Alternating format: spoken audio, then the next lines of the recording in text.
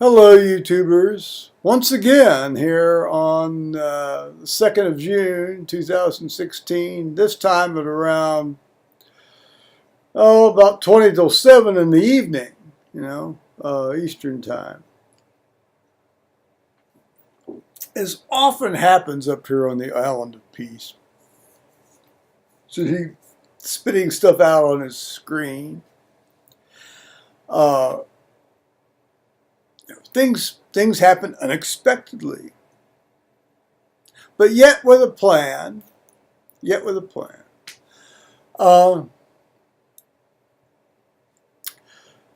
Now, you saw them in the earlier video, sort of moving the barricades and setting up the new lanes so they can go down the new highway and that sort of thing. And that progressed on, and that was completed.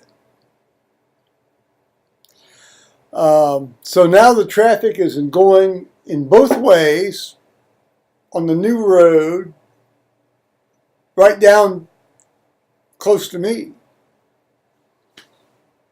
Good. Okay. I mean, that's good. At least I'll still be able to turn left into my driveway when I'm going east until they put up concrete dividers, which that'll happen at the end of the project, presumably. So, okay, that's fine. Now, when they did it, it kept me from getting my mail today. Okay, well that's happened a lot in the past, as you've heard me piss and moan about, several weeks, months back.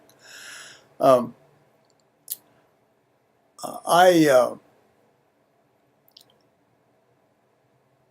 fine. Well, there's no way I can lift this sand-filled 5-gallon bucket over the barrier. Even if I could get over there with the traffic going by safely. Even as a younger man who was, I won't say considerably stronger, but more coordinated, somewhat more coordinated, stronger. There's no way I could have lifted that thing over the barricade and moved it over the other side of the road. So I'm just going to let that ride, and I'll talk to Mr. Howard about it. And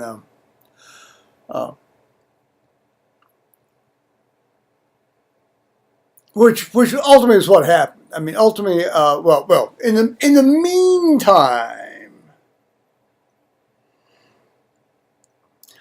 Paul wandered down after his 2.5-hour, midday nap. That would be sort of like the 10 beer, then midday nap.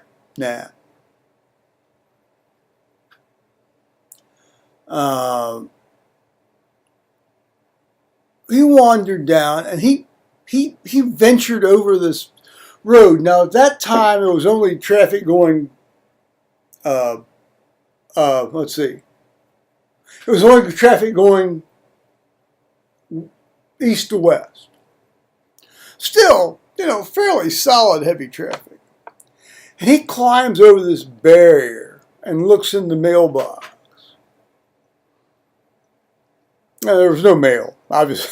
There's no mail because there's no way the mail carrier could have left mail in that mailbox at that time of day, or even 2 or 3 hours or 4 hours before that time of day.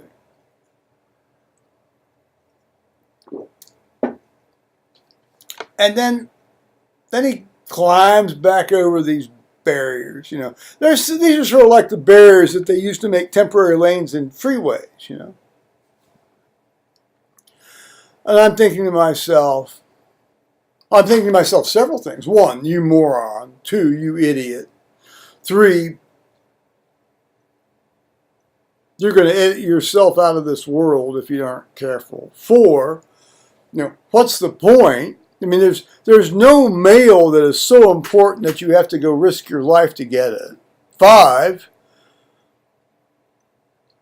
I mean, You know, he's a much stronger guy than I am, but believe it or not, I'm more coordinated than he is.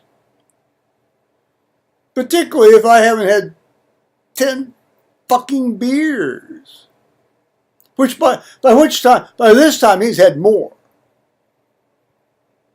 Yes, I apologize, Tony in Seattle. I know you don't like to hear me talk about him this way, but that's just the fact of the matter.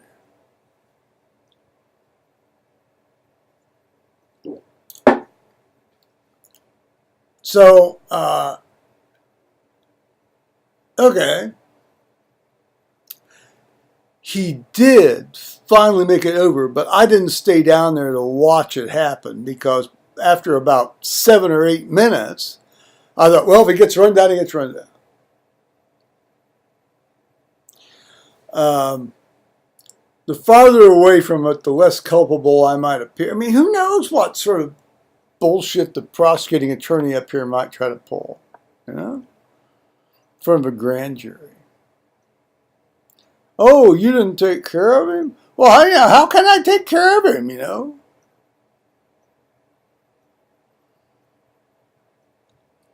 You know, and also mixed in with that, of course, is I still deeply care about the guy. You know, I don't want to, I don't wish him harm.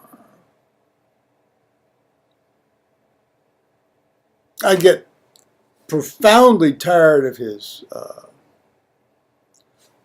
boring, both with 1-0 and 2-0 nonsense, his inarticulateness,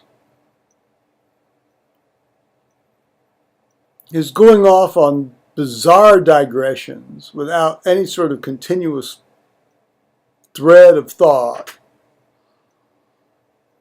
And that's before the drinking starts. Now, I love to drink, you know that. Well, I've talked about that. So, I mean, that's not the issue. Anyway, he didn't get killed. That's good. God bless him. And I actually I went down there a couple, 3 hours later, and I eyeballed it. I thought, well, maybe I can make it try, because by that time, one side had completely died. You know, by that time they had traffic on both sides going of this new road. And I thought, well, maybe I can get, but you know, they retimed those lights up there at the corner, and at certain times of day, that traffic on the other side doesn't stop. So I thought there's no way. So I went in, and I was going to wait till tomorrow to actually call Mr. Howard on his cell phone. But I thought, and I'll send him an email. He gave me his card, you know, at the start of this project. So I sent him an email. He was back to me within 7 minutes. You know, I said basically, are you guys going to move that temporary mailbox over their side, or should I just erect a permanent mailbox on my side, assuming that construction activities won't knock it down?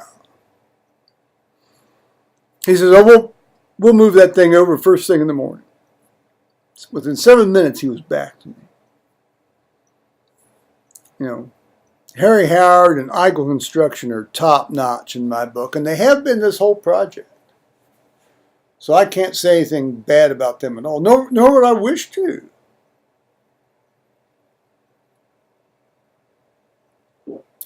I wish Paul wouldn't act like an idiot or a moron.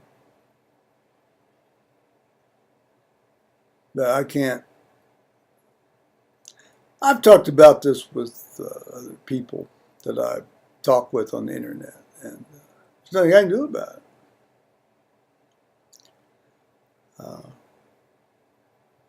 Not particularly nobody lives out how they thought they were going to live their lives. You know, some happier than others.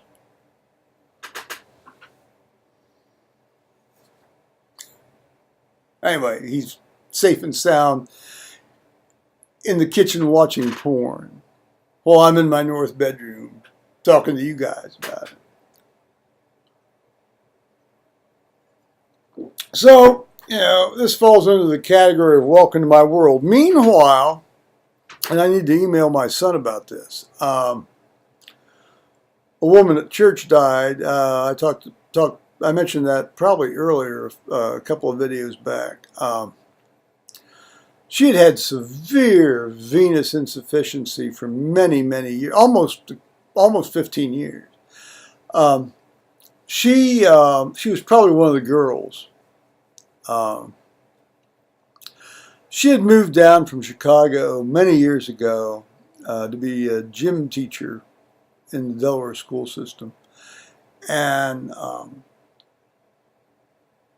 completely single as far as anybody knew. I mean, she and I talked very frequently before the advent of computerized prayer list stuff, and she was always as funny as all get out, and we'd talk about if you called her with a name, you'd end up talking 45, 50 minutes or an hour, and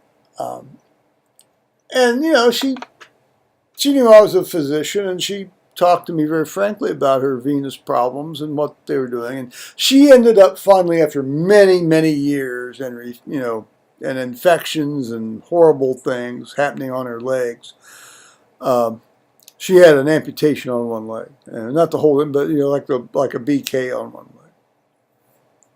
leg, BK below knee, and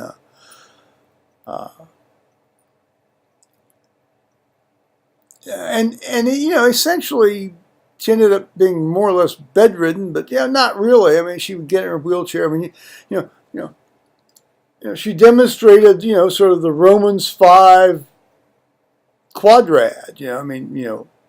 Suffering, patience, endurance / character. It's different character in some translations, and then ultimately hope, living in hope, and she certainly demonstrated that to us. But anyway, her funeral is on Saturday during my grandson's soccer game. So I'm going to go to her funeral. Because as I said to the woman who called me to inform me about it, interestingly, it was a phone call rather than an email. Nowadays. And I won't be able to go to his last soccer game of the season, but she was a mighty woman of God, and she will be missed. So that's kind of puts all my previous remarks in perspective, doesn't it? So I'll say bye-bye, YouTubers.